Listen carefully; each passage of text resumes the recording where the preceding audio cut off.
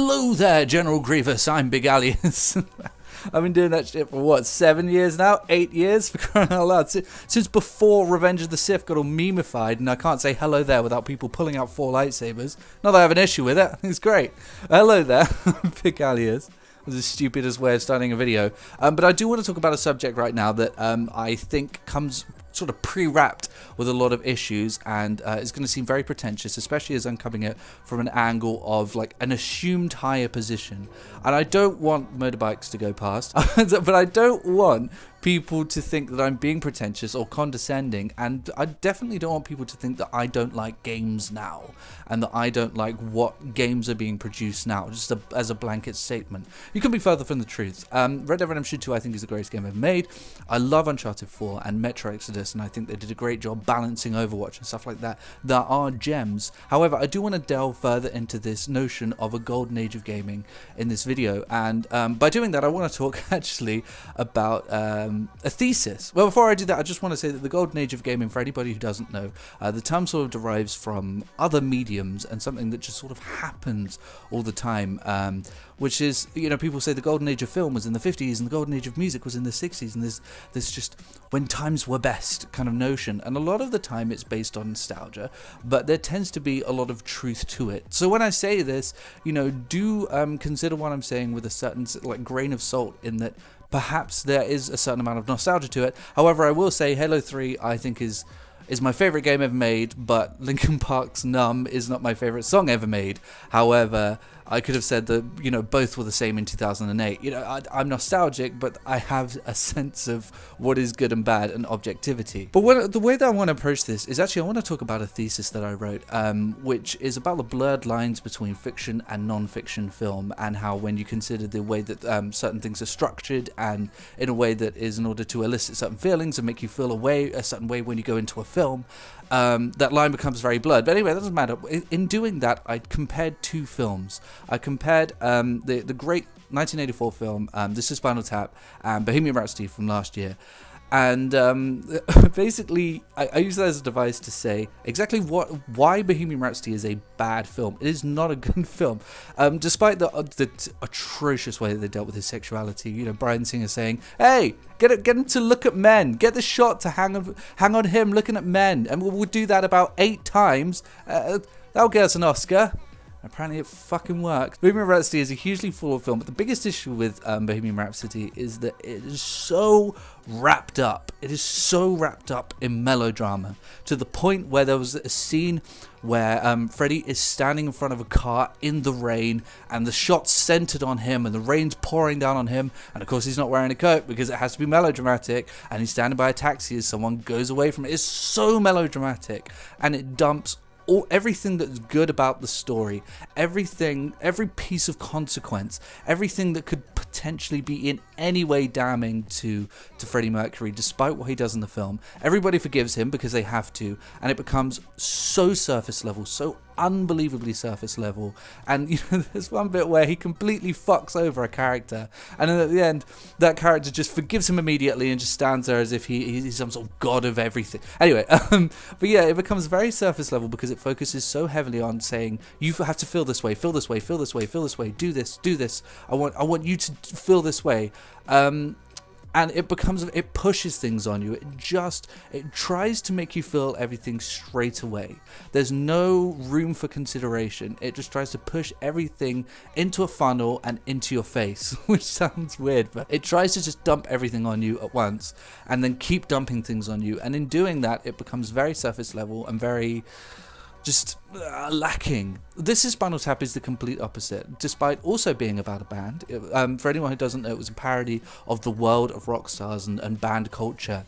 And it is so good because it just gives you the world, it gives you the characters, and it puts them in a scenario with a very loose narrative, and by giving you a loose narrative, you're able to explore exactly what the characters like, exactly how they act, without having to push it in your face, without having to force you to feel certain ways. You just do, and you love the journey that you're taken on with these characters and the world that you're a part of, because it doesn't force everything on you, and because of that, the world is allowed to become strong. And this is something that a lot of people talk about in film, is world building.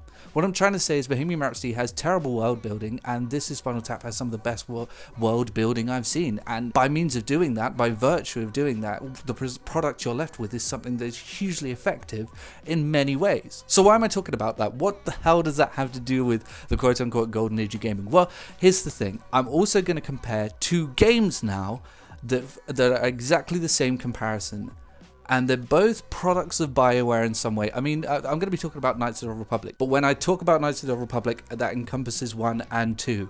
So, I mean, I know 2 was made by Obsidian, who are the people who are champions of taking a good game and then making it again and just giving it a different story. But yeah, it's a BioWare product. So I'm comparing BioWare with BioWare. We have BioWare from 15 years ago, which is Knights of the Old Republic, and BioWare from today, which is Anthem. I'm talking about Anthem again. Isn't that great? These two are Bohemian Rhapsody and This Is Spinal Tap, and I think it's so ironic that they're made by the same developers, but obviously by publishing houses that have completely changed. I'm not blaming BioWare, but they are made by exactly the same developers, and they are complete chalk and cheese games. See, Anthem, I talked about in my review, the most redeeming quality of Anthem is that it has good gameplay. But what sense is there in having good gameplay when the world around you doesn't matter? You don't care. The mission structure is atrocious. And the characters, though slightly interesting, have no depth because everything is funneled at you, just like in Bohemian Rhapsody. Everything is funneled into a tube of enjoy the combat, don't worry about everything else, don't worry about that. I love Knights of the Old Republic. Knights of the Old Republic 2 is one of my favourite games ever made, and I've played hours of it recently. And the reason for that is because it has such a strong world. Let me explain to you what Knights of the Old Republic is.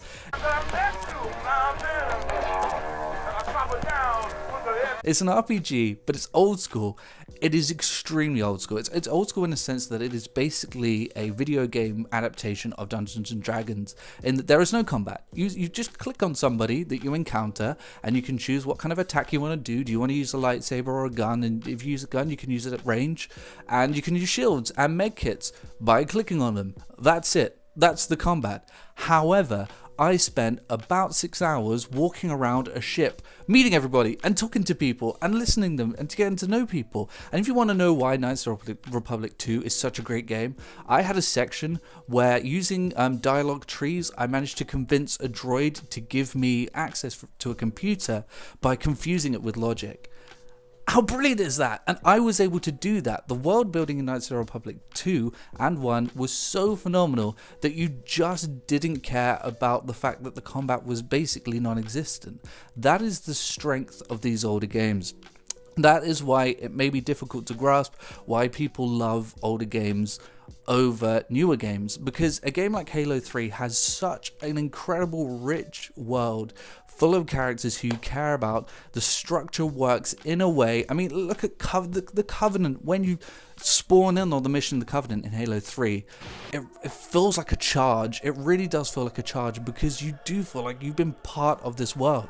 And then you look at Halo 5, which was a fun campaign, but it's all just funneled down corridors and avenues, and there's cover here, go there, and it doesn't feel organic, and the world isn't built properly. And that is my case for the golden age of gaming. I do think that there was this on the development side, on the core side.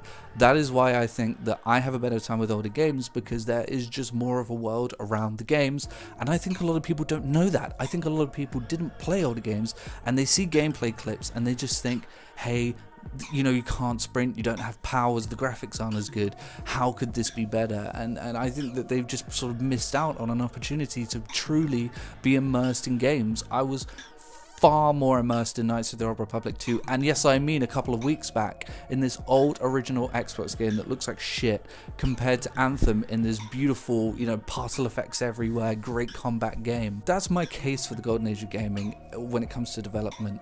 But I do think obviously there are huge underlying issues that happen with this generation right now, and it's why I actually kind of want to put this generation to bed, and I want to be done with it. I mean, there are obvious issues for anybody who doesn't know.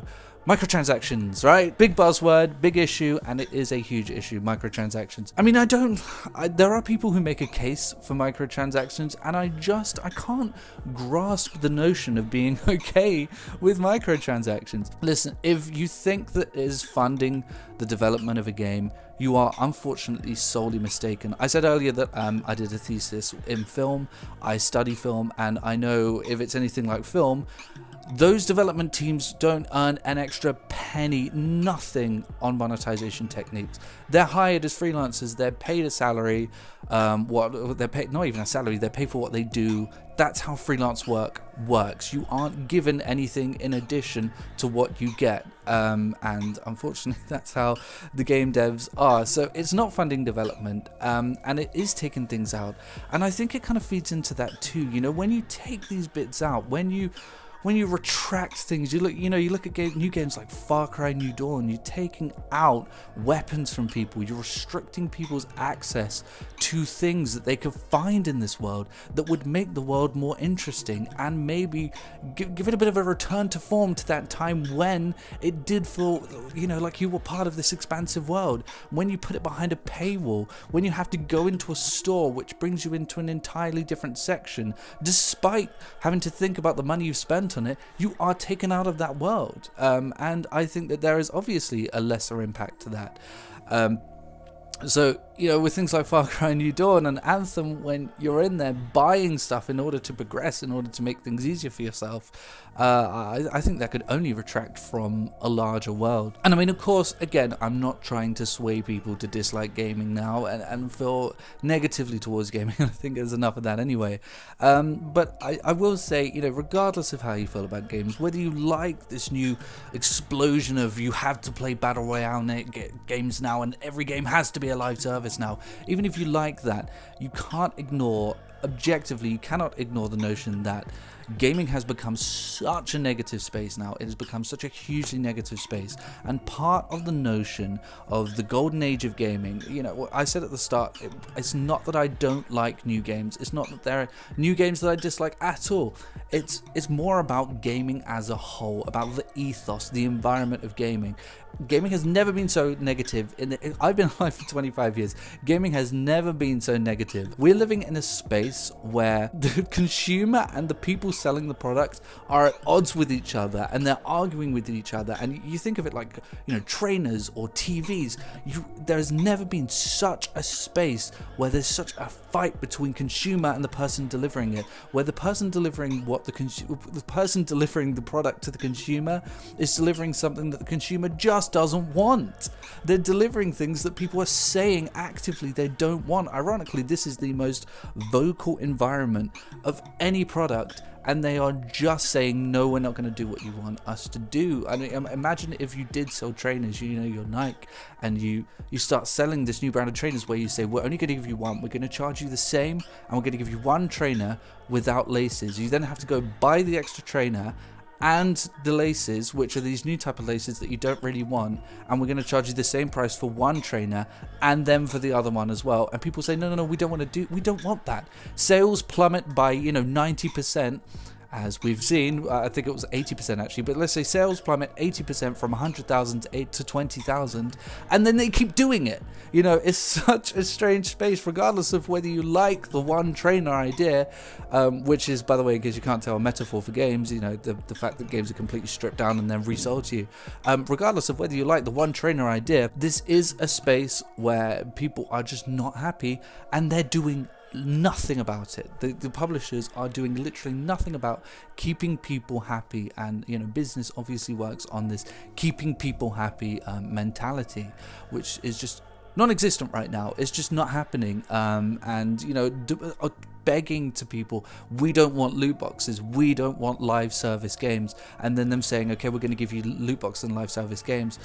That ethos, that environment that gaming has become, it's become such a negative space that it takes some of the enjoyment out. And there are a lot of people who are just saying, I just don't enjoy this anymore. I don't enjoy having to be at odds with the people delivering things that I want to like, and I'm backing out. And that brings me to this sentiment that I read on a tweet, that kind of the birth of this commentary, it's what inspired me to want to make this, is that, and I'm completely paraphrasing here, but it was just after Anthem came out, and the person said, so with Anthem being something that people didn't really want, Fallout 76 being something that people didn't really want, and with the influx of Battle Royale games failing all over the place, with really only 3 at the top and 1 still constantly climbing to try to stay at the top, are we going to see a crash?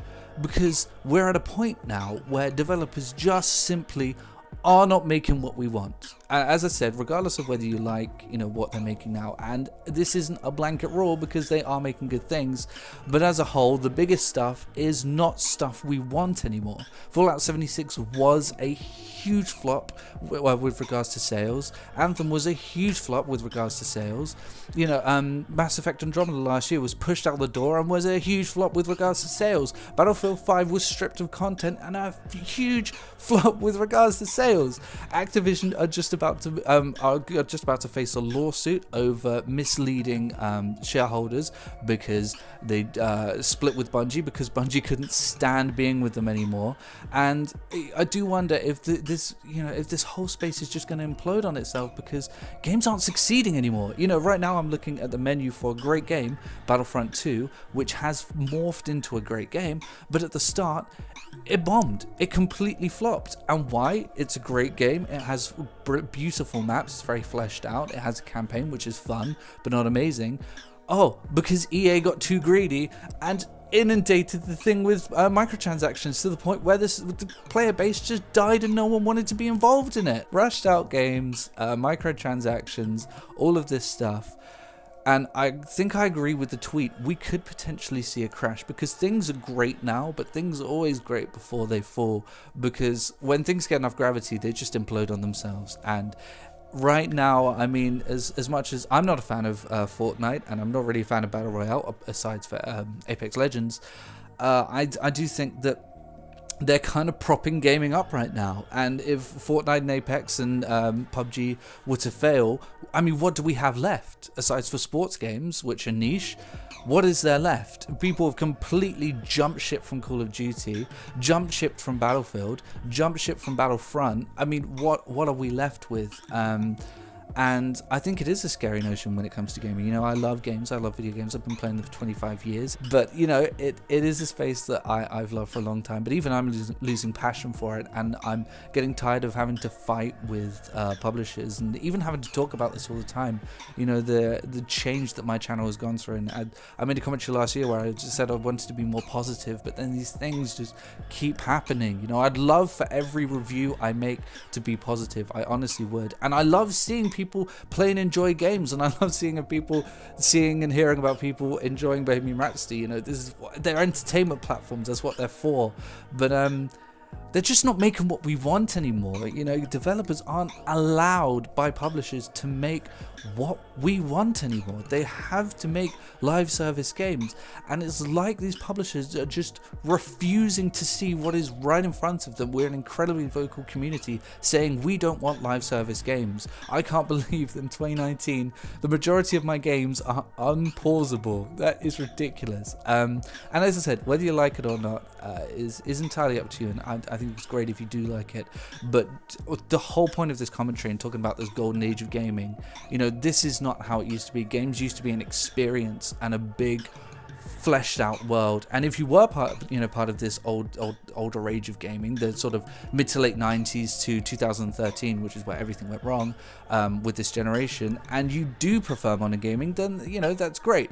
But I would argue the notion that maybe if you think modern gaming is better, then you probably didn't have a great experience with those older generations, because there is a lot wrong, and just so much greed, so much hate and negativity in the whole ethos of gaming right now, and I think something needs to change. And with the next generation, I don't know whether things will. It feels as though obviously we've handed the keys of gaming to businessmen, and not the type of businessmen that had it in the mid 2000s. It was people who knew how to make money from games back then, and now it just seems as though we have people who just know how to make money from tricking people, which never lasts a very long time, especially when you're Community is so vocal and active. But yeah, that's how I feel about the situation.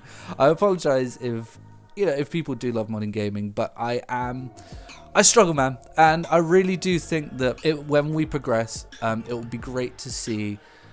Just to see these people fail. I mean, honestly, and I don't want to feel that way. That's the thing. This commentary shouldn't go on as long as it has. But I don't want to feel that way. I don't want to hate developers and publishers and all of this. I don't want to, and I don't hate developers because they're rushed out the door and they're told, make a live service game, make a live service game. It has to have some sort of connectivity, but it doesn't. You need to understand it doesn't have to. We want experiences. Hopefully the net result of that tweet isn't that we have a gaming crash. And the net result of that tweet is that people learn, these publishers learn, and we get a return to form. I think that would be great. If you love Anthem, if you love Fortnite, if you love Apex, that's great. I think a best of both worlds situation would be a lot better than just saying these games are great, so this is where we should be headed. It would be nice. I mean, that's how it was. We had online only games, but we also had these great single player experiences, and they both made money. And yeah, I mean, that just kind of sums it all up really. So thank you all for watching, and I will see you next time for hopefully a less ranty and or bitchy commentary. We're opening several packets. I think it was 36 in total. I've opened, I think it was 3. I've still got to open 33, and I'm really questioning my life here. Oh, I got a Wraith. Alright, Arena Daily War Pack. I wonder if it's more rec points than just there's nothing. It's bollocks. It's stupid. Why am I doing that?